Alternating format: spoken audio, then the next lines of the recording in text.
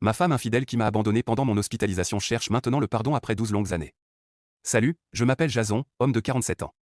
Je veux partager ici un incident de ma vie pour obtenir quelques conseils. Cela remonte à 12 ans, quand j'étais marié à Suzanne, ma première femme. J'étais marié depuis 7 ans, avec 2 enfants, Laura et Lucas, qui avaient alors 5 et 3 ans. Nous menions une vie normale jusqu'à ce jour fatidique. Un matin, alors que je conduisais vers mon bureau, un véhicule en excès de vitesse en provenance en sens inverse a percuté ma voiture. Le souvenir suivant que j'ai, c'est de m'éveiller dans un lit d'hôpital, couvert de bandages et de plâtre. L'infirmière m'a informé que je m'étais réveillé après 2 jours dans le coma. J'ai serré la main de mon médecin et le remercié d'avoir sauvé ma vie. J'étais reconnaissant pour cette nouvelle vie, mais je ne savais rien du désastre qui allait se dérouler. Après une semaine de traitement, mon médecin m'a informé que le bas de mon corps était paralysé et que je ne pourrais peut-être jamais marcher à nouveau. J'étais anéanti. Suzanne s'est effondrée en entendant cette nouvelle. C'était évidemment difficile pour elle, car elle devait gérer la maison et les enfants sous tous les aspects. Je suis tombé dans la dépression, incapable de comprendre ma vie de la manière dont je ne l'aurais jamais imaginé. Mes journées se passaient à fixer les murs vides de ma chambre d'hôpital, maudissant la façon dont ma vie avait basculé. Je redoutais de ne plus jamais pouvoir jouer au foot avec mes enfants, de ne plus jamais pouvoir danser avec ma femme et de ne plus jamais être libre. Pour aggraver ma vie misérable, Suzanne a cessé de me rendre visite. Au début de mon séjour, elle amenait les enfants 3 fois par semaine. Les moments passés avec ma famille étaient les seuls pour lesquels je vivais. Mais avec le temps, ces visites se sont raréfiées. Je la suppliais de faire venir les enfants me voir, mais elle disait que les enfants ne voulaient pas me rencontrer si souvent. Je me sentais désespéré. Puis un jour, elle m'a remis les papiers du divorce en disant que je ne pouvais certainement pas passer ma vie avec un homme handicapé. Elle était encore jeune et désirable. Elle méritait un homme normal. Je mentirais en disant que je n'avais pas senti cela venir. J'avais pressenti la séparation imminente lorsqu'elle avait commencé à me donner le froid, mais je ne m'attendais pas à ce que cela arrive si vite. Un mois après mon accident, certains de mes amis m'ont informé qu'ils avaient vu Suzanne se promener main dans la main avec un homme d'âge moyen, probablement dans la cinquantaine, dans les cafés et les centres commerciaux, le soir et le week-end. Certains affirmaient qu'elle avait une liaison avant même que nos enfants ne naissent. D'autres disaient qu'elle avait eu une liaison avec un homme avant mon accident. Et certains disaient que son désespoir l'avait conduite à un vieil homme grognon et riche après mon accident. C'était à peine 2 mois après mon accident. Je devais encore être libéré et on me remettait les papiers du divorce. Je peux sembler calme en écrivant cela, mais je ne l'étais pas du tout à l'époque. J'étais déconcerté, dévasté et le cœur brisé. J'étais en fauteuil roulant, sans ressources et divorcé, sans revenu ni économie. Après avoir payé les frais médicaux, les dépenses ménagères et l'éducation des enfants, les économies étaient hors de portée. Heureusement, j'avais une assurance qui couvrait mes frais d'hôpital dans une certaine mesure. J'ai dû liquider mon assurance. J'ai dû liquider mes économies pour les dépenses restantes. En fin de compte, je n'avais plus rien. Je voulais crier, me cogner la tête contre le mur et maudire mon destin. Je ne sais pas comment je me suis maintenu à l'époque, mais quelque chose en moi me gardait sain d'esprit, probablement le feu de la vengeance. Après ma sortie, je suis allé vivre chez mes parents. J'avais 35 ans, divorcé, sans revenu et dépendant physiquement et financièrement de ma vieille mère. Ma mère était fleuriste. Elle tenait une petite boutique en banlieue. Les maigres revenus de la boutique et la pension maintenaient ses dépenses à flot. Avec des ressources limitées, elle a offert de me soutenir. Peu de temps après ma sortie, je suis allé voir mes enfants. Quand je suis arrivé chez moi, c'était verrouillé. Les voisins m'ont dit que Suzanne avait déménagé chez son amant avec les enfants. Selon mes voisins, l'amant de Suzanne était un vieil homme gros qui avait été divorcé 3 fois, mais qui était très riche et n'avait pas d'enfants. Certains qualifiaient même Suzanne de michto et de femme peu coûteuse pour coucher avec un vieil homme grognon pour sa fortune. J'ai réussi à obtenir l'adresse de son petit ami et je suis arrivé chez lui. Quand je suis arrivé chez le nouveau domicile de Suzanne, j'ai trouvé sa maison. Elle ne m'a pas laissé voir mes enfants, disant que les enfants s'étaient déjà habitués à son petit ami et l'appelaient apparemment papa. Elle a dit que ma soudaine apparition les perturberait davantage. Elle m'a menacé d'une ordonnance restrictive quand j'ai insisté pour voir mes enfants. Je n'avais pas un sou à dépenser pour un avocat. Je survivais avec le maigre revenu de ma mère. Alors, j'ai reculé. C'était moins de 6 mois après mon accident et seulement quelques mois après mon divorce. Elle vivait déjà avec un homme. J'étais dégoûté. Je lui ai demandé comment elle pouvait m'abandonner et passer à autre chose si rapidement. Immature, je sais. J'étais un père impuissant en fauteuil roulant. Que pouvais-je faire d'autre? Je lui ai supplié au moins une chance de prouver ma valeur. Elle m'a rabaissé, disant que j'étais un handicapé et un fardeau dans sa vie. Je lui ai demandé si elle m'avait trompé avant le divorce, car notre divorce avait été réglé il y a un mois, et elle vivait déjà avec son amant. Elle m'a chassé en disant que cela ne me regardait pas et que je ne devrais jamais montrer ma vilaine figure devant elle. Longues années. Je continuais à la fixer, contemplant mes 7 années de vie matrimoniale avec cette femme qui m'avait remplacé par un autre homme en quelques mois. Je quittais l'endroit les yeux pleins de larmes. De retour à la maison, je me sentais vaincu par l'humiliation. J'ai pleuré comme un enfant de 5 ans devant ma mère, qui m'a consolé. Elle m'a encouragé à prendre les rênes de ma vie. J'étais perdu, sans direction. Pour commencer, j'ai rejoint ma mère dans sa boutique. J'ai aidé à confectionner des bouquets, servir les clients et nettoyer la boutique. Rapidement, j'ai réalisé que l'entreprise avait un énorme potentiel de croissance, mais ma mère était trop fragile pour le faire elle-même. J'ai mobilisé mes anciens contacts pour décrocher des contrats avec des sociétés de gestion d'événements afin de fournir des fleurs lors des événements. Peu à peu, j'ai constitué une équipe, décroché des contrats pour la décoration des lieux, et finalement lancé ma propre entreprise de gestion d'événements. Il m'a fallu 12 longues années pour reconstruire ma vie pour moi-même. Ma mère a toujours été là pour moi. Elle m'a soutenu et motivé à rebondir. Un an après mon accident, j'ai appris que Suzanne quittait la ville avec mes enfants et son amant. Je me suis précipité à la maison pour les rencontrer, mais ils étaient déjà partis quand je suis arrivé. Avant cela, j'avais essayé de contacter mes enfants à plusieurs reprises, mais Suzanne m'avait insulté et chassé à chaque fois. Suzanne avait la garde exclusive des enfants et pouvait décider de tout pour eux. Étant physiquement et financièrement en difficulté, je ne pouvais pas contester la garde conjointe. Je n'ai pas pu contester son ordonnance restrictive car j'étais trop fauché pour engager un avocat. Alors que Suzanne avait un petit ami riche, Evan, je ne savais pas s'il était déjà avec elle avant mon accident et, si ce n'était pas le cas, comment il était soudainement apparu dans la vie de Suzanne. Tout ce que je savais, c'est qu'il était un homme riche avec une propriété ancestrale abondante. Au cours des 12 dernières années, chaque fois que j'ai eu des pistes sur mes enfants, j'ai voyagé pour les rencontrer mais j'ai échoué à chaque fois. Suzanne menaçait de me faire arrêter car son petit ami avait l'argent et les contacts pour s'en sortir avec n'importe quoi. D'ailleurs, cet homme n'a pas épousé Suzanne même après 12 ans. Bien qu'ils vivent ensemble, il y a un an, j'ai finalement demandé la garde conjointe. J'attendais avec impatience que ma société de gestion d'événements se stabilise. J'ai demandé la garde et j'ai finalement réussi à obtenir 15 jours. Ils viennent la semaine prochaine chez moi.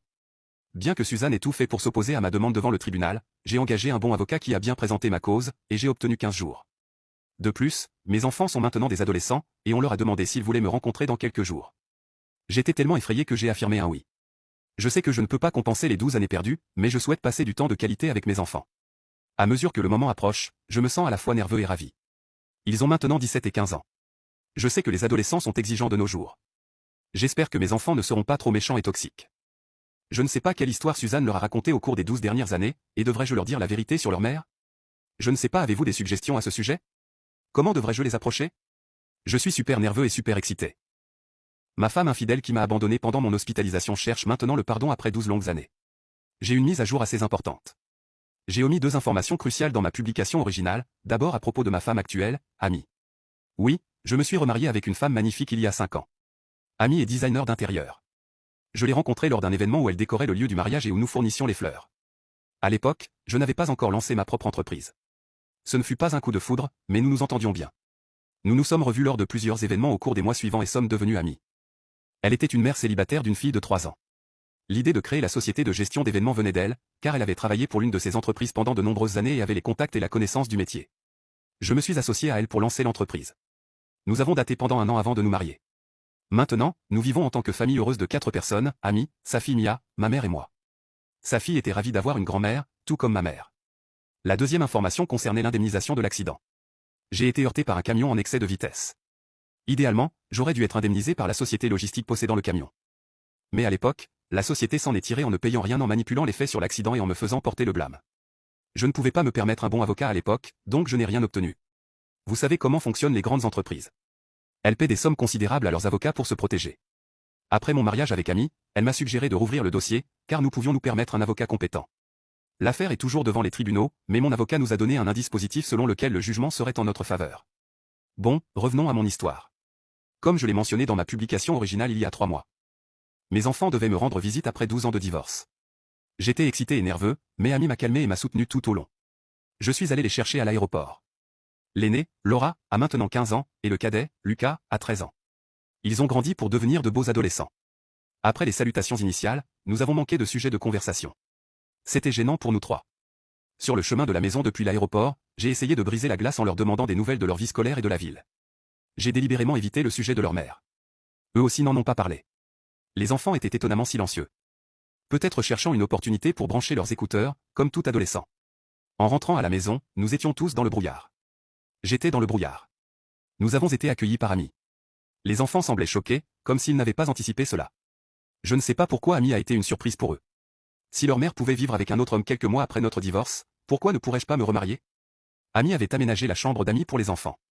Nous avons déjeuné ensemble, et Amy a présenté l'itinéraire de vacances que nous avions planifié pour la famille. Ils ont eu une réaction neutre à tout. Ils n'étaient ni excités ni n'ont rejeté le plan. Amy et moi étions perplexes devant leur réaction mitigée. Ils se sont enfermés dans leur chambre, et peu de temps après, j'ai reçu un appel de leur mère, Suzanne, m'accusant de tromper mes enfants. Elle prétendait que je les avais amenés chez moi pour qu'Amy et moi puissions les manipuler. J'étais désorienté par son comportement. Elle m'a accusé de cacher la vérité sur mon mariage. Je me suis demandé pourquoi elle portait de telles accusations. Je lui ai raccroché au nez, mais elle a persisté à m'appeler. J'ai décidé de traiter le problème de front. J'ai appelé mes enfants et leur ai demandé ce qui se passait. Après une hésitation initiale, ils se sont exprimés. Ils étaient furieux contre moi car on leur avait dit que je les avais abandonnés. Suzanne avait lavé le cerveau des enfants contre moi et les avait remplis de mensonges et de tromperies. Je leur ai révélé la vérité exacte, que ce n'était pas moi qui les avais abandonnés, mais Suzanne qui les avait maltraités lors des rassemblements familiaux parce qu'ils étaient non mariés.